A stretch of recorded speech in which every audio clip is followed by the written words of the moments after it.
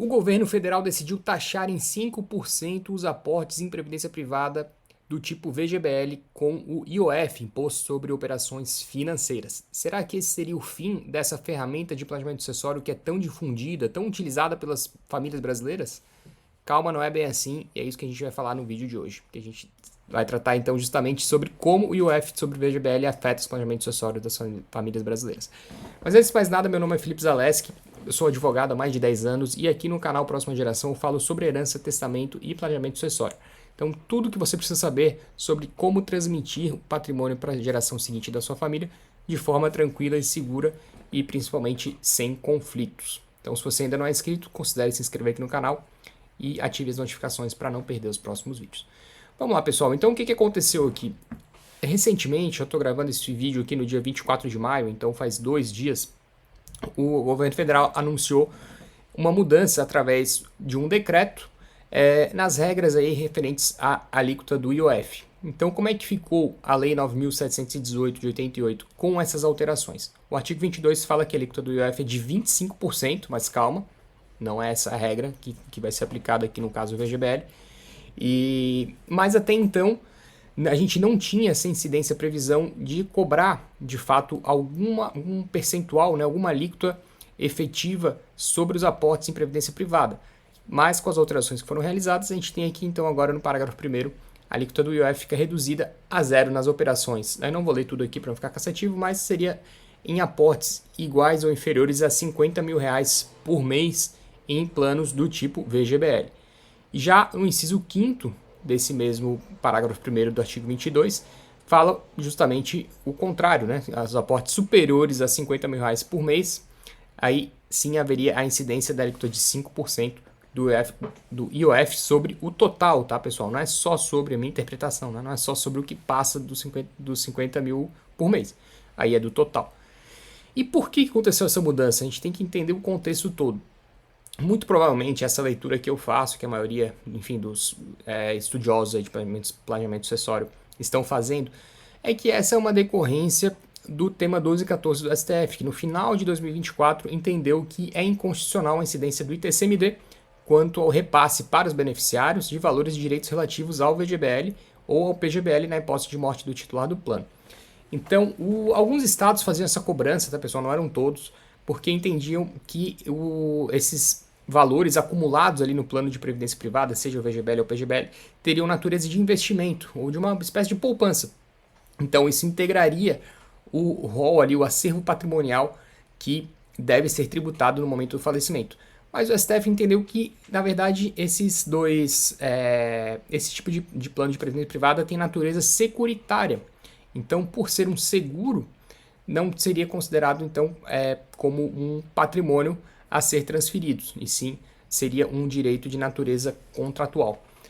E aí foi o gancho, né, que o governo federal precisava, então entenderam, já que não é patrimônio, é seguro, então faz sentido a gente taxar aqui com o IOF, que toda operação de seguro existe em regra em incidência do IOF, né, pessoal?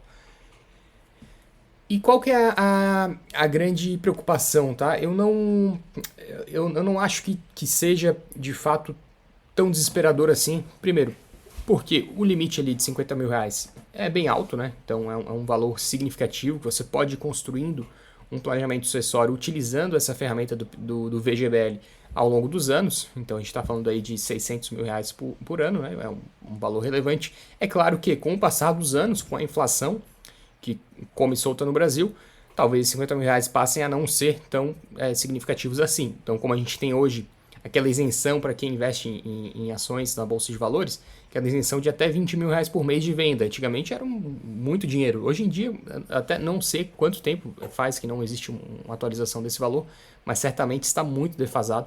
Então, pode ser que R$50 mil daqui a 10 anos já não resolvam mais. Mas, enfim, aí é uma outra discussão. E a gente sabe que, infelizmente, no Brasil é bem difícil fazer esse tipo de correção qual a lei fala em valores, né? Então, a gente vê a tabela de imposto de renda, dificilmente, raramente é atualizada, enfim. Mas vamos lá, qual que é o grande impacto aqui? Um planejamento que se tornou muito comum, e principalmente desde essa decisão no final do ano passado, então foi uma janela até curta de tempo, As pessoas, né, as famílias brasileiras, os donos de patrimônios relevantes, ou até não, nem tão relevantes, mas enfim, utilizaram essa estratégia de transferir os seus investimentos. Então tinha lá uns 1 milhão na poupança, que até não é indicado, né, porque a poupança rende muito pouco, mas ele transferia isso para um plano de previdência privada VGBL, porque não precisaria pagar o ITCMD para os seus herdeiros, né, então não teria uma tributação ali. É claro que aqui, pessoal, a gente tem que tomar cuidado com o risco de fraude à legítima dos herdeiros necessários. Então, se você está com 80 anos e faz um grande aporte em previdência privada, que em regra serve para você ter uma remuneração, né, uma segunda aposentadoria complementar, recebendo aí de volta o que você investiu. E aí tem diversas modalidades, né, por renda vitalícia, enfim, ou então um determinado período de tempo e tal. Mas não faz tanto sentido, né? Você com 80 anos fazer um tipo de investimento que talvez você demorasse 20 ou 30 anos para receber. Então, com 100 ou 110 anos. E aí, esse tipo de operação, quando você faz uma movimentação patrimonial relevante para aumentar ali o que está, ou criar um investimento em previdência privada, pode ser considerado como uma fraude à legítima dos herdeiros necessários, tá? Se for o caso, é claro. Então, é um cuidado que já deveria existir e ainda segue existindo, mas talvez agora e inclusive, na verdade, essa alteração acaba trazendo uma certa proteção para os herdeiros necessários, né? Então, porque esse tipo de movimentação agora não vai mais ser tão interessante, porque você, claro, se você quer fraudar a legítima, 5% pode ser que não impactem, mas se você está fazendo esse movimento por uma questão de economia tributária, o ITCM dele vai até 8%, essa alíquota de 5% ainda pode ser vantajoso, mas não se torna mais um movimento tão atrativo assim, né? Porque você tem aí essa taxa bem considerável para pagar. E por que não o PGBL, né? Muita gente pode estar perguntando, tá, tem o VGBL e o PGBL. Porque no PGBL é uma modalidade que permite a dedução de até 12% do valor investido no seu imposto de renda. Então, qual que é a contrapartida disso? O imposto de renda lá na frente ele vai incidir sobre os aportes totais e não apenas sobre o que render, como é no VGBL. Né? O VGBL, o imposto de renda, pode ser progressivo ou regressivo, depende da sua opção. Vai incidir apenas sobre os rendimentos, né, daquela aplicação financeira. Mas o PGBL não. Então o PGBL já não faz sentido você fazer um investimento muito grande de uma só vez no final da sua vida, porque você pagaria muito mais de imposto de renda do que propriamente do ITCMD. Então é uma operação que não faz tanto sentido.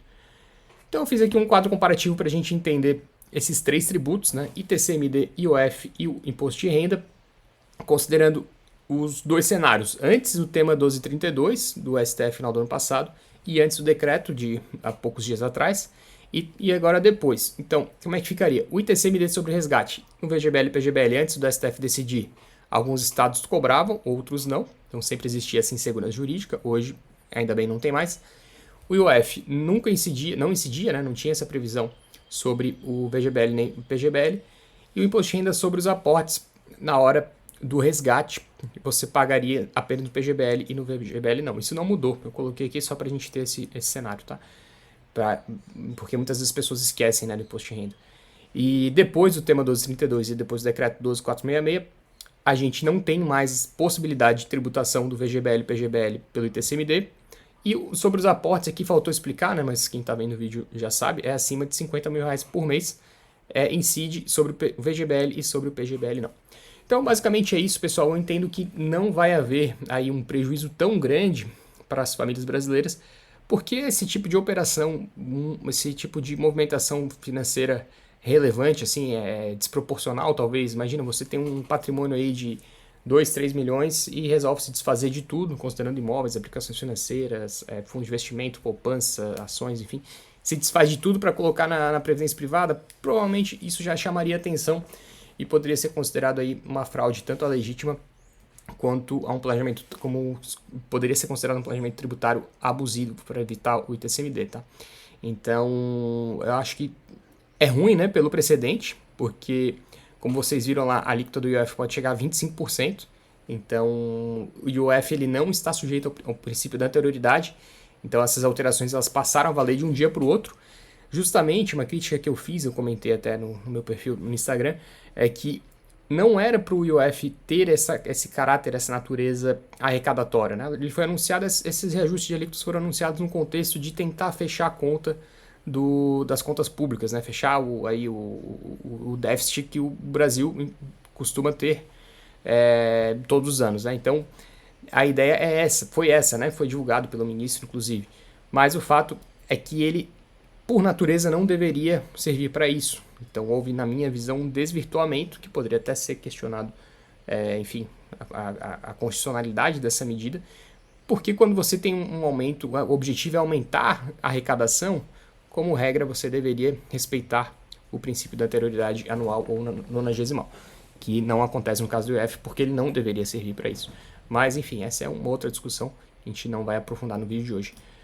Então, pessoal, para quem ainda não conhece, eu tenho um site proximageração.com, meu Instagram é @FelipeZaleski. Para quem tem interesse em descobrir, entender mais sobre essa ferramenta de planejamento sucessório e todas as outras que estão disponíveis para a família brasileira, como doação, antecipação de herança, né, ainda em vida, criação de holding familiar, enfim, todas as demais ferramentas que estão disponíveis para as famílias brasileiras, eu convido vocês para clicarem no link aqui embaixo que tem. Vocês serão redirecionados para a página onde eu comento sobre o meu curso, tá? Que explica exatamente assim, do zero até o mais complexo possível que a gente tem, inclusive utilizando mecanismos de planejamento sucessório no exterior, com a utilização de trusts e offshores. Então fica o convite para que você conheça mais sobre o curso clicando no link aqui abaixo. Eu aguardo você no próximo vídeo e até mais.